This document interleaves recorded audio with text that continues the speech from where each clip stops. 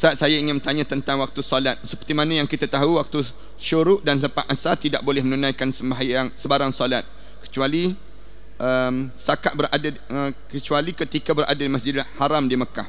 Tapi baru-baru ini semasa saya mengikuti kursus haji, seorang ustazah mengatakan solat qada boleh dilakukan pada waktu itu bila-bila masa. Tak boleh. Tak boleh Waktu yang haram tak boleh nak qada.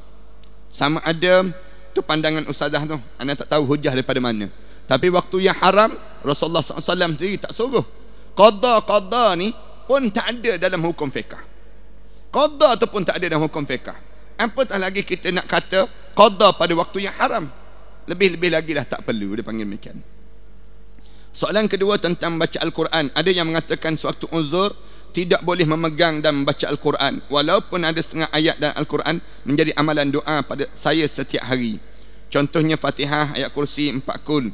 Bismillahirrahmanirrahim, la yadurru ma'asmihi syai'un fil ardi wala fis sama' wa huwas sami'un alim. Dan ada yang mengatakan jika ayat Quran itu menjadi amalan setiap hari boleh, tetapi diniat doa ataupun zikir. Memang betul. Ulama-ulama kata kalau sekiranya ni dalam mazhab Maliki dalam mazhab Maliki. Kalau sekiranya kita menjadi amalan dah tiap-tiap hari macam qul huwallah, qul a'udzu birabbil falaq, qul a'udzu birabbin nas, dalam kita uzur ni yang doa ayat-ayat pendek tersebut. Kalau kita uzur kita boleh baca dengan tujuan untuk zikir ataupun doa. Untuk cara demikian. Dan baru-baru ini saya menghadiri kelas Ustaz Zulkarnain.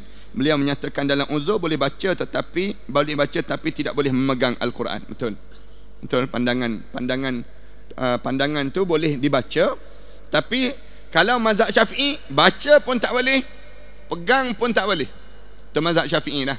Tapi pandangan dalam mazhab Maliki, di mazhab Maliki, Hanafi, selain daripada Syafi'i, dia kata boleh dengan syarat niat, dengan syarat niat zikir. Kenapa jadi demikian? Kenapa Syafi'i dia jadi ketat? Dia lebih berhati-hati dalam mazhab Syafi'i. Tapi yang anda belajar di Mesir ke, belajar dengan ulama-ulama, kebanyakan ulama kata kalaulah budak-budak ni sedang menghafal Quran, macam mana? Budak-budak perempuan misal contohnya, dia uzur dia menghafal Quran, macam mana keadaan dia? Maka diambilnya mazhab Maliki. Ada cara demikian. Dan didapati terdapat banyak Quran terjemahan. Bolehkah dipegang Quran tersebut ketika uzur? Ya boleh. Ya boleh Dan membacanya ataupun sekadar kita mendengar orang baca dan kita aminkan membaca, dan sekadar kita membaca terjemahan. Baca terjemahan kalau mengikut mazhab Syafi'i. Tapi dalam mazhab Hanafi, Maliki dan juga Hambali dibenarkan untuk kita baca kalau sekiranya kitanya dalam keadaan yang dalam keadaan kita uzur. Tapi nak pegang Quran yang betul-betul tu tak boleh. Kalau terjemahan tak apa. Dengan syarat terjemahan itu lebih banyak daripada tulisan Al-Quran Karim. Cara demikian